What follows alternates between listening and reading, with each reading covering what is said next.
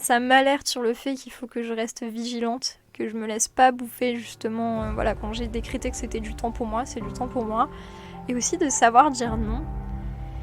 Bonjour, vous écoutez La solitude d'un auteur, et aujourd'hui on dresse le bilan du dernier jour de ma retraite d'écriture. Vous l'aurez compris, le bilan est très positif, j'ai réussi à écrire et je ne suis pas cassée. Dans ce dernier épisode, je vous livre une réflexion sur mon rapport au temps et à la manière dont je veux laisser plus de place à l'écriture dans ma vie. Bonne écoute! Nous sommes le vendredi 3 septembre 2021, il est 10h08 et c'est le dernier jour de ma retraite d'écriture. Je me suis levée à 6h du matin, je sais pas si c'est parce que les loirs qui se baladent dans le toit faisaient la zumba ou si c'est parce que j'étais un peu excitée à l'idée de retrouver ma vie et en même temps stressée de quitter cette bulle de bien-être et de sécurité parce que quelque part je m'étais complètement coupée du monde. J'avais supprimé toutes les applications via lesquelles on pouvait me contacter, donc j'étais pas susceptible d'être parasitée, d'être contactée pour de mauvaises nouvelles, pour qu'on me parle de travail ou de choses dont j'avais absolument pas envie de parler parce que j'avais juste envie de lire et d'écrire. D'un autre côté, ce matin, j'étais toute excitée à l'idée de tout réactiver parce qu'il y avait des gens qui me manquaient forcément, des gens à qui... voilà, je sais qu'il y avait des gens qui avaient des rendez-vous pour des prêts immobiliers, des choses comme ça. J'avais envie de savoir, de quand même faire partie de la vie des gens qui m'entourent et à qui je tiens. D'un autre côté, ça m'a aussi rappelé la frustration que je peux avoir devant d'autres types de contenus.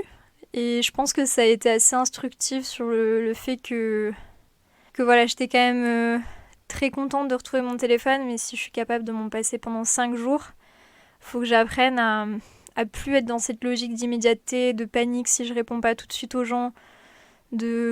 Après, je suis une anxieuse, donc c'est vrai que je déteste les notifications, j'aime pas savoir qu'il y a quelque chose qui m'attend.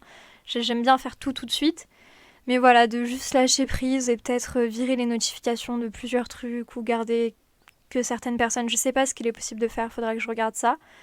Mais j'ai quand même écrit 2 pages et demie ce matin. Je m'étais fixé l'objectif de 2 pages.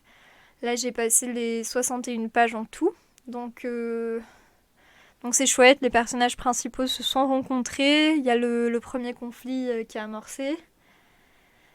Les tensions sont bien mises en place. Il faut juste que je repasse, à mon avis, par une étape papier pour m'assurer que les tensions sont assez solides. J'aime pas les choses qui sont trop artificielles, où on se dit ouais, bon... voilà, j'ai envie qu'on soit vraiment emporté et qu'on ait peur avec les personnages. Et moi-même, si je sens que c'est pas bancal, parce qu'en soi, logiquement, ça se tient, mais pas assez épais pour porter l'histoire. Moi-même, ça va me saouler à un moment donné, donc il faut vraiment que je sois très vigilante sur ça. J'en ai conscience, donc je vais vraiment prendre cette étape papier. Voilà, du coup, je me suis levée très tôt. J'ai fait ma petite salutation au soleil qui était à la lune, parce que le soleil n'était pas encore levé. Je fais trop genre, mais en fait, je connais 3 positions de yoga et j'en ai pas fait d'autres pendant mon séjour, surtout fait du renforcement, parce que c'est plus mon sport à la base. Mais voilà, j'ai fait mes petites méditations matin et soir. J'ai essayé de vraiment profiter, prendre le temps. J'ai pris ma petite douche au milieu des arbres. Le jour commençait à se lever, donc c'était très beau. J'ai pris mon petit déjeuner qui était monté dans un panier. Je me demande si je pourrais faire la même chose dans mon appart, sauf que je suis au 4e. Donc si je mets un panier dehors, ça veut dire qu'il faut que je descende 4 étages et que je remonte tous les matins pour le petit-déj. Je suis pas sûre d'aimer l'aventure à ce point. Voilà. Mais du coup, hier, j'ai fini aussi le 2e tome du Guide du voyageur galactique, ce qui fait que j'ai quand même lu 2 livres pendant mon séjour. Alors j'en avais pris 5, mais en même temps, j'avais pris des pavés de 600 pages, parce que j'avais toute la trilogie de Bartimius, plus les tomes me restant du voyageur galactique. Et face aux fins. Et donc, j'aurais lu à peu près 600 pages. Les 2 étaient un tout petit peu entamés quand je suis arrivée. Donc, je regardais hier, ça va. Ça fait une moyenne d'à peu près 100 pages par jour. C'est pas dégueu, sachant qu'à côté, j'ai quand même bien écrit, bien profité. Je me suis tenue sur tous mes objectifs. Tout est rempli. Et ce que j'ai bien aimé, c'est le fait de faire ça, mais sans pression, sans me dire « Ah non, faut que tu continues pour faire ci ou ça ». Ça a été fluide, ça a coulé de source. Donc Donc voilà, bilan très satisfait, très apaisé. Je sais que j'ai pas mal parlé aussi de mon rapport à la déconnexion pendant ces quelques jours parce que... Alors c'est pas le sujet du podcast, je parle créativité, je parle d'écriture, mais je parle aussi... Si, c'est le sujet, parce que c'est la solitude de l'auteur, c'est ces moments où je me replie complètement en moi-même pour en tirer quelque chose de créatif, pour en tirer une histoire. Mais c'est parce que c'était pas seulement me couper du monde pour écrire, c'était aussi apprendre à lâcher prise, apprendre à renouer avec moi et à passer au-dessus de tous les obstacles qui m'empêchaient d'écrire dernièrement. Et j'ai conscience que je me laisse un peu bouffer par tout ce qui est autour de moi, par les soucis des autres, par certaines relations et le fait de couper. Ça m'a vraiment permis de revenir à moi, de revenir à l'essentiel, de revenir aux choses que j'aime, de prendre le temps de lire. Je lisais vraiment pas autant à la maison et je mets beaucoup de choses sur le dos du travail, mais en soi, quand je vois le temps que je perds rien que là ce matin pour renouer avec tout le monde et tout ça, récupérer les notifications, ça m'a pris du temps. Peut-être que j'aurais pu faire 3 ou 4 pages au lieu d'en faire 2 et demi. Mais bon, voilà, je suis indulgente avec moi. J'étais aussi excitée à l'idée de retrouver mes proches. Ah si, une chose qui était intéressante, c'est que dans mes messages Instagram, j'avais aussi 2 demandes, donc un spam, mais aussi une entrepreneur qui me proposait de l'accompagner dans l'écriture de son roman, qu'elle veut sortir en auto-édition. Donc ça, c'est quelque chose que je fais régulièrement, d'accompagner des auteurs. Et il y a eu une frustration parce qu'elle m'a envoyé le message lundi et que moi j'ai coupé le téléphone le dimanche à 19h. Et encore, j'avais coupé même bien avant, en fait, j'avais gardé que WhatsApp jusqu'à 19h. Mais du coup, il y a eu ce moment de me dire, ah bah merde, t'as peut-être raté un projet qui est super cool. Et puis après, je me suis dit, ok, stop. T'es parti pour te concentrer sur ton écriture. Donc c'est ça l'essentiel et l'important, c'est que tu as atteint tes objectifs. Donc bah si t'as pas le projet, c'est que ça devait pas se faire, c'est qu'entre-temps, elle a trouvé quelqu'un d'autre ou... Voilà, alors moi je sais que j'ai une logique beaucoup d'immédiateté, donc je me dis en 5 jours, la personne a peut-être trouvé quelqu'un d'autre. Et là j'ai vu qu'il y avait des réponses, mais je me suis dit non, là c'est ton dernier jour, t'as déjà fait une réponse ce matin très tôt. Donc c'est quelque chose qui peut attendre que tu rentres. Techniquement je suis encore en vacances pour une semaine, donc je pourrais même attendre une semaine. Je pense que je déléguerai ça à mon moi de plus tard, mais que déjà quand même je veux assurer la prise de contact parce que j'aime pas laisser les gens en plan, surtout que c'est un projet qui me plaît. Mais voilà, il y a eu ce petit moment de dualité entre l'entrepreneur et l'écrivain, et c'est vrai que les deux sont toujours en conflit parce qu'elles essayent de se voler du temps l'une à l'autre. Mais en parlant, en faisant mes bilans journaliers, j'ai vraiment l'impression d'avoir un problème de personnalité. Mais voilà, du coup, c'était intéressant d'observer ça et de prendre un moment de recul en me disant, oh, du calme, t'es pas encore parti que déjà tu retournes dans tes travers. Donc ça m'alerte sur le fait qu'il faut que je reste vigilante, que je me laisse pas bouffer justement, voilà, quand j'ai décrété que c'était du temps pour moi, c'est du temps pour moi. Et aussi de savoir dire non, puisque c'est vrai que je suis excitée par des tas de projets, j'ai envie de m'embarquer sur un peu tout ce qui me botte, et généralement je le fais, mais c'est un peu au détriment de ma vie perso et de pro aussi, mais en pro perso, dans mes écrits, dans mes projets de sites, de podcasts, de choses comme ça. Et, et en soi, j'en ai pas besoin, quoi. Mes factures, elles sont payées, j'ai tout ce qu'il me faut. Donc, enfin, c'est pas comme si j'étais dans une course à la survie. Donc, tout ça, c'est vraiment... c'est du plus. Donc, c'est cool, mais c'est vraiment parce que les projets me bottent, parce que j'arrive pas à tenir en place. J'ai besoin de voir 3000 choses. Mais cette petite piqûre de rappel ce matin m'a quand même montré qu'il fallait rester vigilante là-dessus. Et voilà, c'est mon épisode bilan.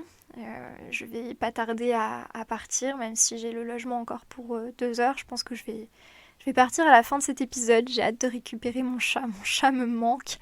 Voilà, je suis le pur cliché de l'écrivain, mais c'est vrai que c'était bizarre de faire une semaine sans Pixel. Donc elle prend tellement de place à la maison que là... Sans elle, on ne peut que remarquer son absence. Mais voilà, c'est un bilan très positif. Je le referai. Peut-être que... Déjà, je pense que je vais apprendre à couper plus souvent, à me dire le week-end, là c'est bon, j'ai pas besoin de mon téléphone. J'ai pas besoin... Je me suis rendu compte que j'avais tendance à beaucoup documenter, poster... mais je le faisais même pas vraiment par plaisir. c'était parce que voilà, il y a des algorithmes et qu'on finit dans les tréfonds des réseaux sociaux quand on n'est pas régulier. Or, voilà, j'ai un métier qui est quand même un minimum public. Si je veux vivre de l'écriture un jour, si je veux que mes romans soient lus et que d'autres éditeurs misent sur moi, je me dois d'exister. Et ça fait partie du métier, ça fait partie des codes, je l'ai très bien compris. Je m'en amuse beaucoup. Je m'éclate quand je fais des stories interactives, j'adore avoir les retours. C'est vrai que j'ai la chance d'avoir des gens qui me suivent, qui sont quand même très cool. C'est pas pour passer de la pommade, mais c'est vrai. Mais voilà, de me dire, c'est pas grave en fait. Même parfois, je me dis, mais qu'est-ce que les gens sont cognes que tu postes ça. Et en fait, je sais très bien que l'algorithme, lui, il continue à fonctionner, peu importe ce que j'en pense. Mais je me dis...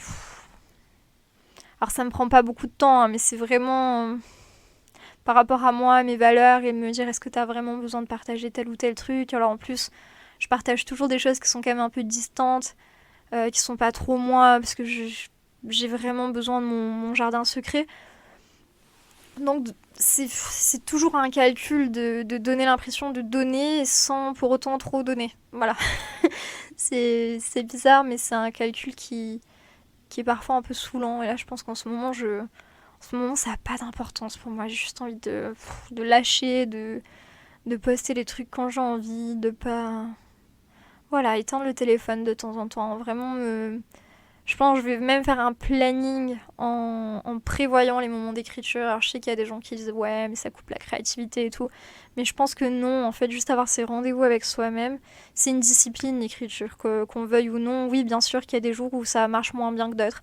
Voilà, pourquoi hier j'ai fait 22 pages et pourquoi la veille j'en ai fait 6. J'ai pas d'explication et pourtant j'ai pas écrit beaucoup plus longtemps en termes de temps. J'ai dû écrire qu'1 heure ou 2 de plus. Donc ça fait pas 18 pages de plus quoi. Mais voilà, pourquoi ça, j'ai pas l'explication, mais le simple fait d'avoir même 1 page par jour, c'est déjà mieux que de faire 10 pages de temps en temps. Voilà, c'est vraiment la régularité qui fait qu'on reste connecté avec son histoire, qu'on n'oublie pas de petits détails, de choses comme ça. Donc voilà le bilan. Un bilan très positif, très apaisé, serein sur la suite. Voilà, je sais que je suis pas cassée, je sais que je le répète, mais putain, ça fait du bien de pouvoir le dire. Je sais que c'est là, je sais que mon histoire continue à me plaire. Je sais que j'ai besoin de me recentrer, que c'est pas un travail de 5 jours qui va effacer l'année qui s'est écoulée et au cours de laquelle je me suis beaucoup oubliée pour me concentrer sur des projets pro qui m'ont passionnée et dont je suis très très fière. Mais je pense que c'est important d'avoir un équilibre et je sais que je suis capable de tout faire, mais il faut juste que j'apprenne à doser parce que sinon ça me ronge et je deviens grognon et j'ai pas envie de rester grognon. Donc voilà, l'écriture c'est mon moteur, j'en ai besoin. Il faut que je lui redonne la place qui est importante dans ma vie. C'était le dernier épisode de cette mini-série sur ma retraite d'écriture. J'espère que le format vous a plu, que ça vous aura intéressé de plonger au cœur de mes pensées, de mes doutes, de mes peurs et de voir un petit peu l'évolution et la manière dont je procède quand j'écris un roman. Peut-être que ça vous aura aussi donné un peu de motivation pour vous y mettre, en tout cas je l'espère. Si vous avez aimé ce format, n'oubliez pas de laisser un avis sur Apple Podcast ou toute autre plateforme de streaming. Et vous pouvez aussi me suivre sur mon Instagram, Pauline Perrier. Et on se retrouve très bientôt avec de nouvelles chroniques que vous pourrez aussi retrouver sur Radio Système 93.7.